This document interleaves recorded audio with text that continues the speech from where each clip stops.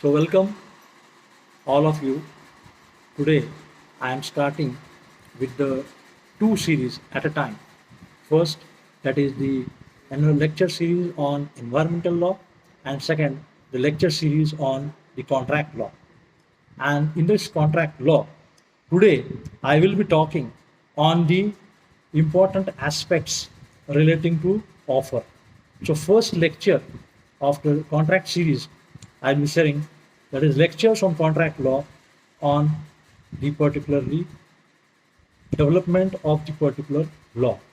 Now, first point today I will be concentrating on the one section that is known as the offer, also called the particularly the important topic under the Indian Contract Act.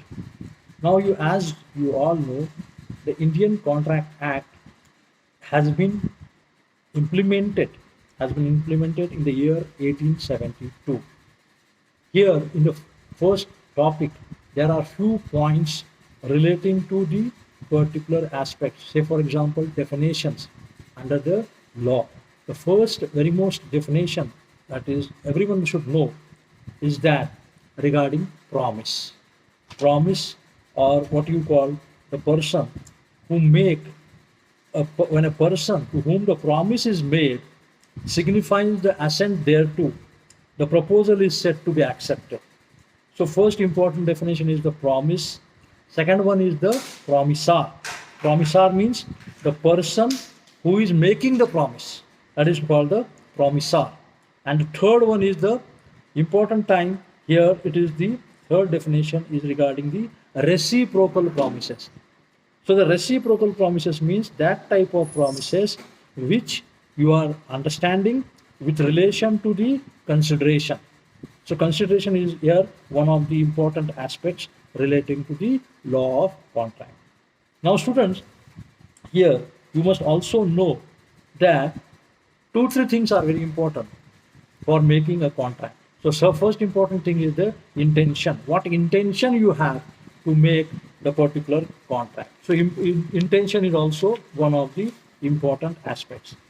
Now students, here there is a very important thing that you have to understand the intention in the law. Now for this particular very important landmark case is there regarding Balfour versus Balfour. That is a case of 1919 decided by the King's Bench in England, wherein there was a husband and wife. There were two parties, that is husband and wife. Now here the husband and wife, they were living in particularly England, but suddenly the particularly wife felt ill, and after the wife felt ill, she was compelled to live in England for a specific period. Now the husband has decided that he will give you the compensation. So he, after compensation is to be given, he gave the compensation for some months, but later on he could not arrange the particular compensation. And when he could not arrange the particular compensation, the court held that there is no agreement between the parties. There is no agreement between the parties, as this is just only the family adjustment between the parties. And therefore, the court has dismissed this particular important case law, an important case called as Balfour versus Balfour. And this is also a landmark case under the law of contract. Now, here, whenever there is a contract, wherever there is a contract to be taken into consideration, here communication is one of the important aspects. Communication is one of the important aspects to be taken into consideration. Say, for example, when you study the essentials of contract, three things are to be taken into consideration. That is, first one is the proposal, second one is the acceptance, and third one is the consideration. So these all things we have to be kept into consideration, into the mind.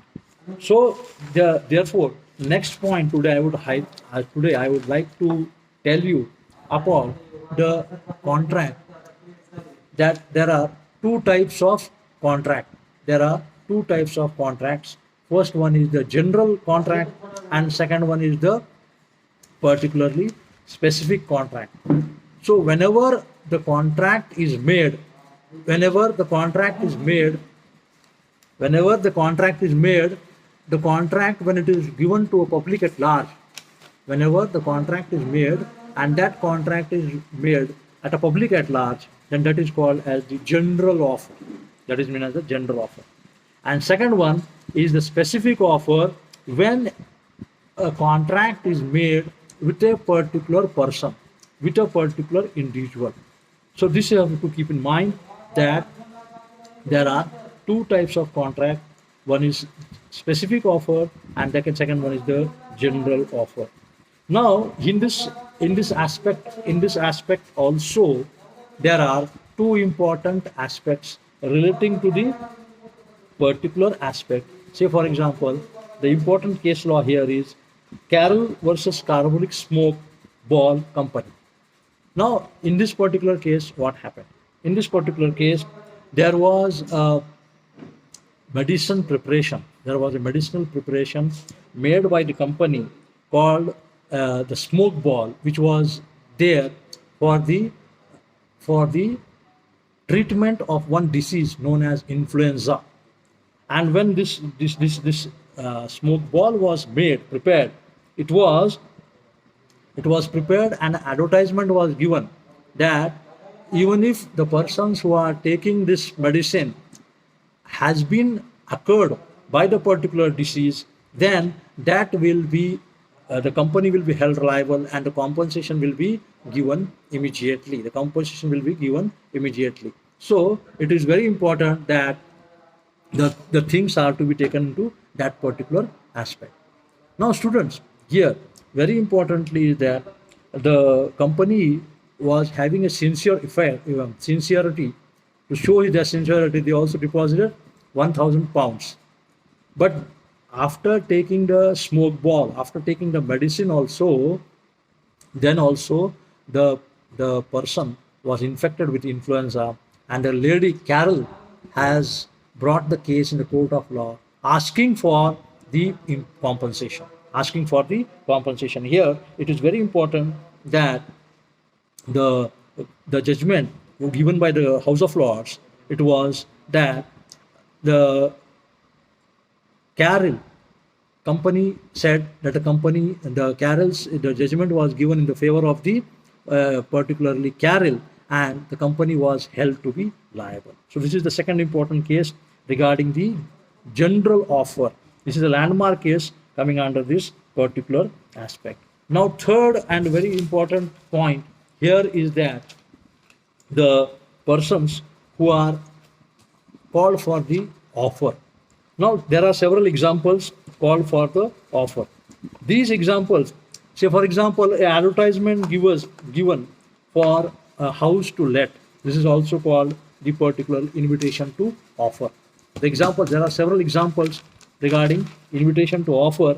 The first point here is that when a person gives an advertisement regarding letting the particular house. This is also one of the important example. Second important here is that whenever a check is given to anybody, that is also regarding the particularly offer. Now here the best example is there that how to differentiate between offer and invitation to offer. Now when you speak about offer, you say all the terms and conditions of contract must be fulfilled. All the terms and conditions of the contract must be fulfilled. Whereas in case of invitation or offer, say for example, I give an example, illustration, that I wanted to buy this book. I wanted to buy this book. This is also one of the important aspects relating to the particularly the invitation to offer. Means I want to buy the book. Means I must go to the shop and buy the particular book. That is also one of the important aspects regarding general offer. Second one is tender. Tender is nothing but the quotation of prices. Tender is nothing but the quotation of prices, and it is also not an offer. Tender, asking for tender, it is not an offer, but it is just for invitation to offer.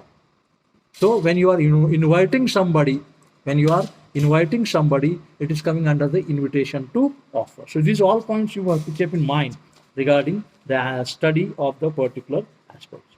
So students, this is my first lecture regarding the particularly offer, that is the proposal, and therefore today I have covered some short points regarding the offer. Now in my next lecture I will be again covering offer and acceptance. So thank you one and all.